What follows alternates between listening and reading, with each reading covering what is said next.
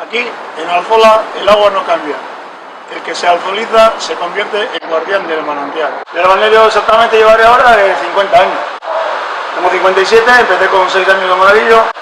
Había 4 monaguillos, esto era como jugar en Madrid o en el Barça. Y había mucha lucha para entrar a monaguillo, se sacaba mucho dinero. Yo llevaba a casa 2.000, 3.000 pesetas de aquellas al día. Luego de botones, pues mis trabajos eran traer toda la mercancía de la estación, todos los pescados que venían y todo traíamos de la estación, y luego coger los paquetes a los clientes y repartir las cartas y trabajo de botones. Y luego ya estuve en la temporada 17 estudiando y luego empecé ya a la planta.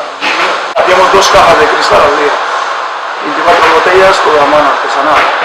Pues iba a las farmacias de Madrid y Barcelona, para la gente que venía desde junio a septiembre, para luego en invierno ellos mantenían bebiendo el agua.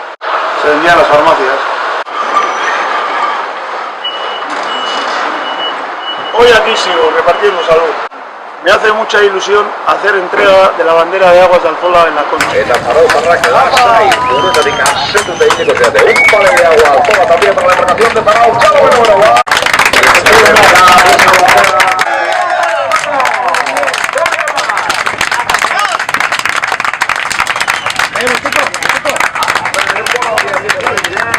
Desarrolla 25 años de Torre con mayor madurez.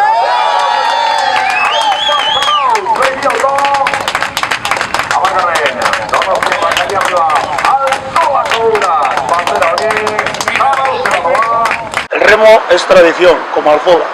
Es lo que somos, es lo que tenemos. Hay que cuidarla y mimarla para que no perezca. Está en nuestro ADN.